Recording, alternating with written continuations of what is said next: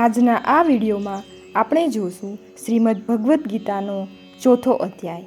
તો સૌપ્રથમ આપણે જોઈએ ચોથા અધ્યાયનું મહાત્મ ફળ. પાર્વતીજીએ શંકર ભગવાનને ને લક્ષ્મીજીએ વિષ્ણુ ભગવાનને કહ્યું, હે પ્રભુ, હવે આપ મને ચોથા અધ્યાયનું મહાત્મ અને તેના ફળ વિશે જણાવો.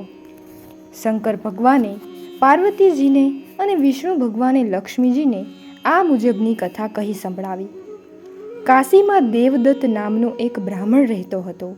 એક દિવસ તે વેદવ્યાસના દર્શન કરવા ગંગા પાર કરીને રામનગર ગયો. ત્યાં જઈ કૂવામાંથી પાણી કાઢી તેણે નાહી ધોઈ સંધ્યા પૂજા કરી તેનું ચિત્ત શુદ્ધ કર્યું. આ કૂવાની પાસે બોરડીના 2 વૃક્ષો હતા. તેની નીચે બેસી તેણે ગીતાજીના ચોથા અધ્યાયનો પાઠ કર્યો. પછી જમી થોડો આરામ કરી પોતાના રહેઠાણે આવ્યો.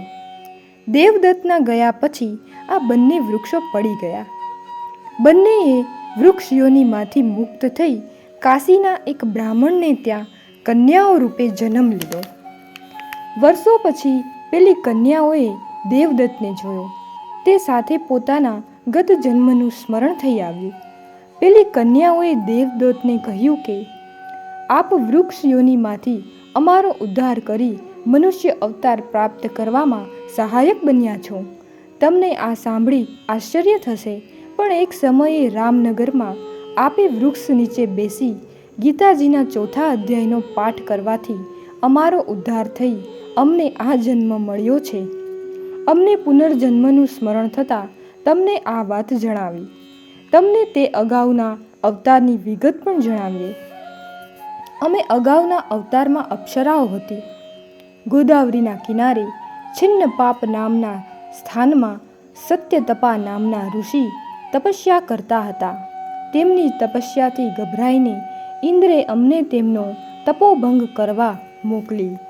ઇન્દ્રની આજ્ઞા થતાં અમે સત્યતપા ઋષિના આશ્રમે આવીને તેમનો તપ ભંગ કરવા અનેકવિધ પ્રયત્નો કર્યા.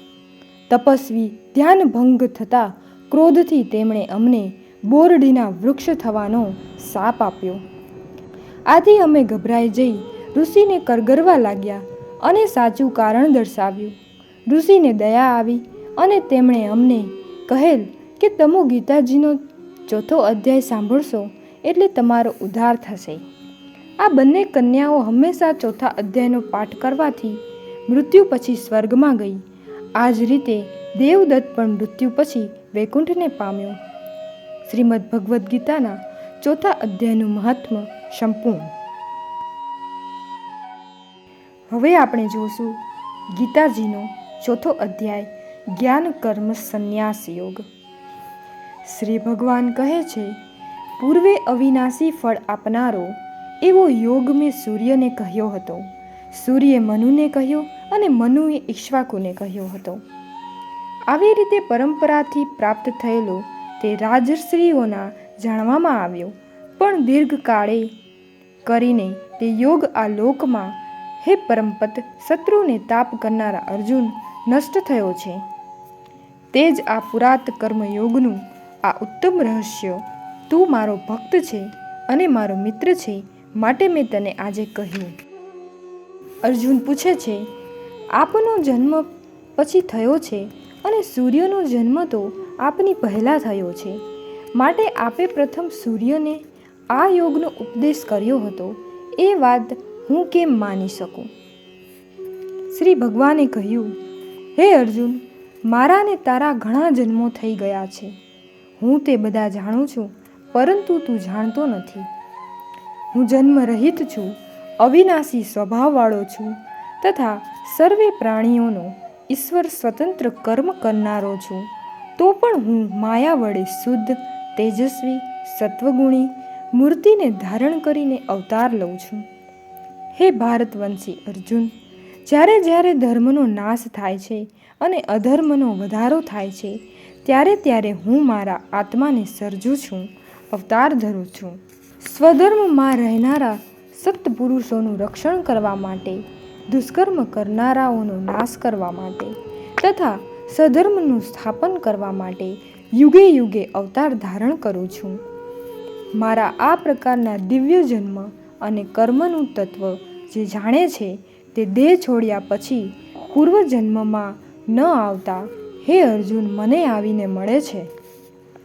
પ્રીતિ ભય જેના છૂટી ગયા છે એવા મત્વપરાયણ થયેલા અને મારે આશ્રયે આવેલા અનેક લોકો જ્ઞાનરૂપી તપથી પવિત્ર થયેલા મારા રૂપને પામે છે. જેઓ મને જે પ્રકારે ભજે છે તેમને તે જ પ્રકારે હું ફળ આપું છું. હે પાર્થ, ગમે તે તરફ ચાલે પણ મનુષ્ય મારા જ માર્ગને આવીને મળે છે.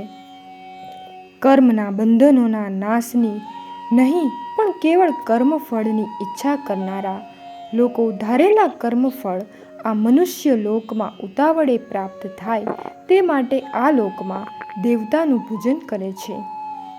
4 વર્ણ બ્રાહ્મણ, ક્ષત્રિય, વૈશ્ય અને શુદ્ધ એ પ્રકાર વ્યવસ્થા ગુણ અને કર્મના ભેદ પ્રમાણે મેં જે નિર્માણ કરી છે, હું તેનો કર્તા પણ છું અને હું જ અકર્તા એટલે કે ન કરનારો અવ્યવ છું.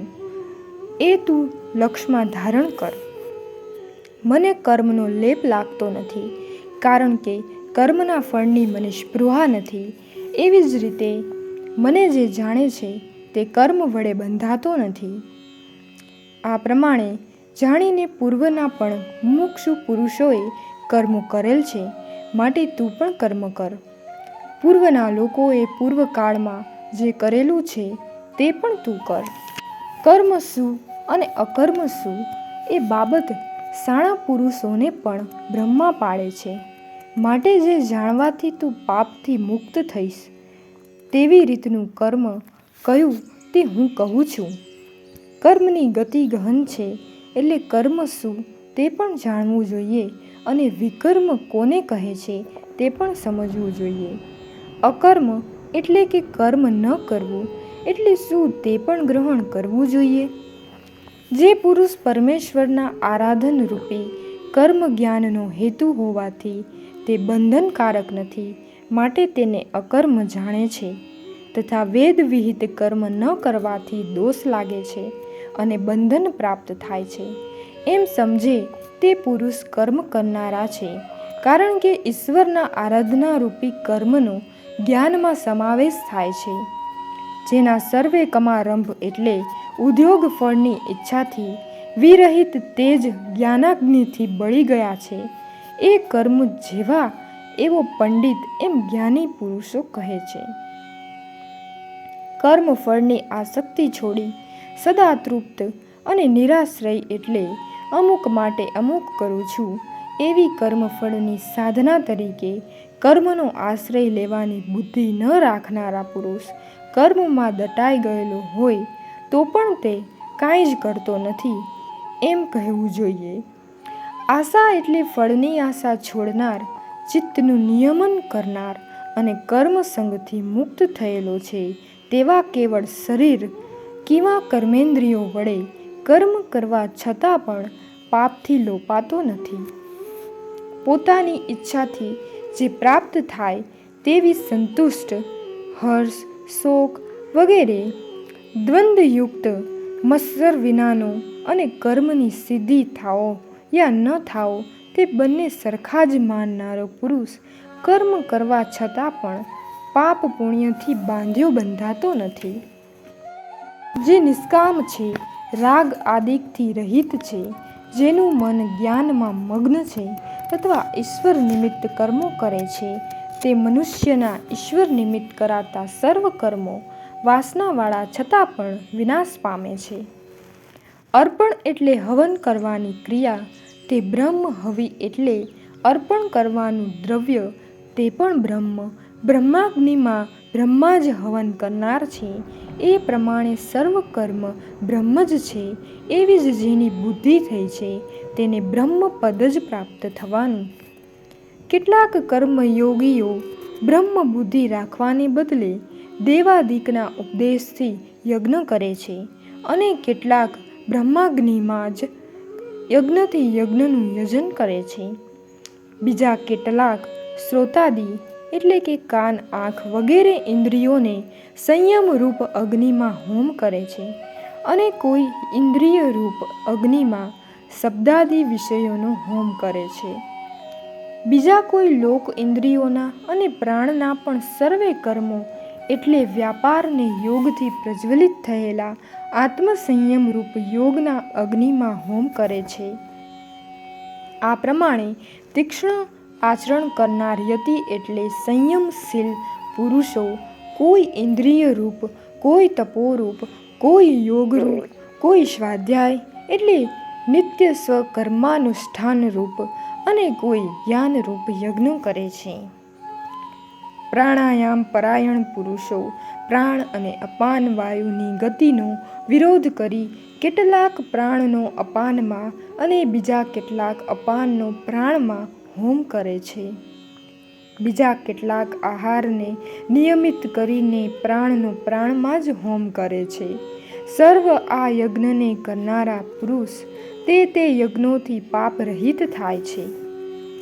હે કુરુ વંશમાં શ્રેષ્ઠ અર્જુન, જે ઉપર કહેલા યજ્ઞોમાંથી એક પણ યજ્ઞ કરતો નથી તેને આ અલ્પ સુખવાળો મૃત્યુલોક પણ ફળીને મળતો નથી, ત્યારે પરલોક તો ક્યાંથી જ મળે?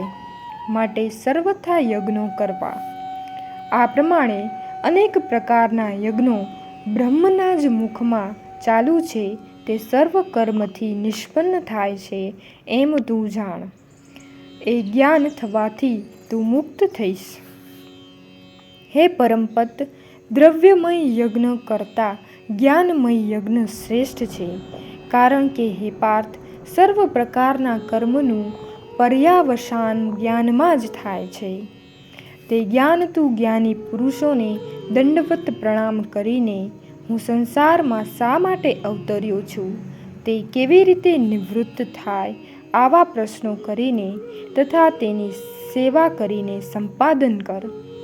શાસ્ત્ર વેદતા તથા અપરોક્ષાનુભવવાળા જ્ઞાની પુરુષો તને તે જ્ઞાનનો ઉપદેશ કરશે. જે જ્ઞાન પ્રાપ્ત થયા પછી હે પાંડવ, ફરીને તને આ પ્રકારે મોહ થશે નહીં, અને જે જ્ઞાનના યોગથી સર્વભૂત માત્ર તારા પોતામાં અને પછી મારામાં છે તે તને જણાઈ આવશે. સર્વ પાપી મનુષ્યથી પણ વધારે પાપી હોઈશ તો પણ આ જ્ઞાનરૂપી નૌકામાંથી તું સર્વ પાપ તરી જઈશ. હે અર્જુન, પ્રદીપ્ત થયેલો અગ્નિ જેમ કષ્ટોને બાળીને ભસ્મ કરે છે, તેમ આત્મજ્ઞાનરૂપી અગ્નિ પણ પ્રારબ્ધ કર્મ વિના બીજા સર્વ કર્મોને બાળીને ભસ્મ કરે છે. જ્ઞાનના જેવું પવિત્ર આ લોકમાં ખરેખર બીજું કાંઈ નથી. તે જ્ઞાન કાળે કરીને જેને યોગ સિદ્ધ થયો છે તે પુરુષ પોતાનામાં પ્રાપ્ત કરી લે છે. આ જ્ઞાન જે શ્રદ્ધાવાન પુરુષ ઇન્દ્રિય સંયમન કરી તેની જ પાછળ પડે છે તેને પ્રાપ્ત થાય છે, અને જ્ઞાન પ્રાપ્ત થતાં તેને પરમ શાંતિ પ્રાપ્ત થાય છે. પણ જેને પોતાને જ્ઞાન નથી અને શ્રદ્ધા પણ નથી તેઓ જે શંકાશીલને આ લોક નથી તેમ પરલોક અને સુખ પણ નથી.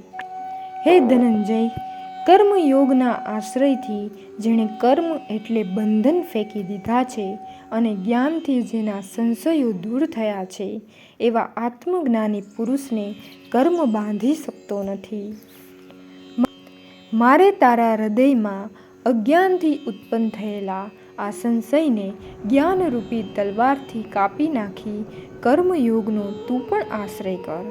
ઊઠ ભરત પુરુષ, ઊઠ, યુદ્ધ માટે ઊભો થા. હરિ ઓમ તત્સદિતિ. શ્રીમદ્ ભગવદ્ ગીતા સુપનિષત્સુ. બ્રહ્મ વિદ્યાયામ યોગશાસ્ત્રે શ્રી કૃષ્ણાર્જુન સંવાદે જ્ઞાન કર્મ સંન્યાસ યોગો નામ ચતુર્થોધ્યાયઃ. હવે આપણે જોશું ગીતાજીના ચોથા અધ્યાયનો સાર. અર્જુન ભગવાન શ્રી કૃષ્ણચંદ્રનો ભક્ત પણ છે અને સખા પણ છે. ભગવાનના હૈયે ભક્તનું હિત હંમેશા વસેલું જ હોય છે. એટલે જ આ અવિનાશી યોગ જે પ્રથમ સૂર્યને કહેલો, તેણે તે મનુને અને મનુએ ઇક્ષ્વાકુને કહ્યો હતો. તે દીર્ઘકાળે લુપ્ત થયેલો આજે મેં તેને કહ્યો.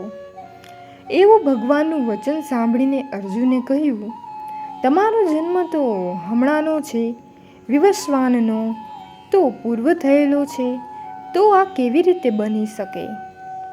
હે અર્જુન, મારા અને તારા અનેક જન્મો થઈ ગયા છે, તે બધા હું જાણું છું, તું નથી જાણતો. શ્રી કૃષ્ણે કહ્યું, ઈશ્વર અજન્મા છે, તે પોતાની માયા વડે અવતાર ધારણ કરે છે.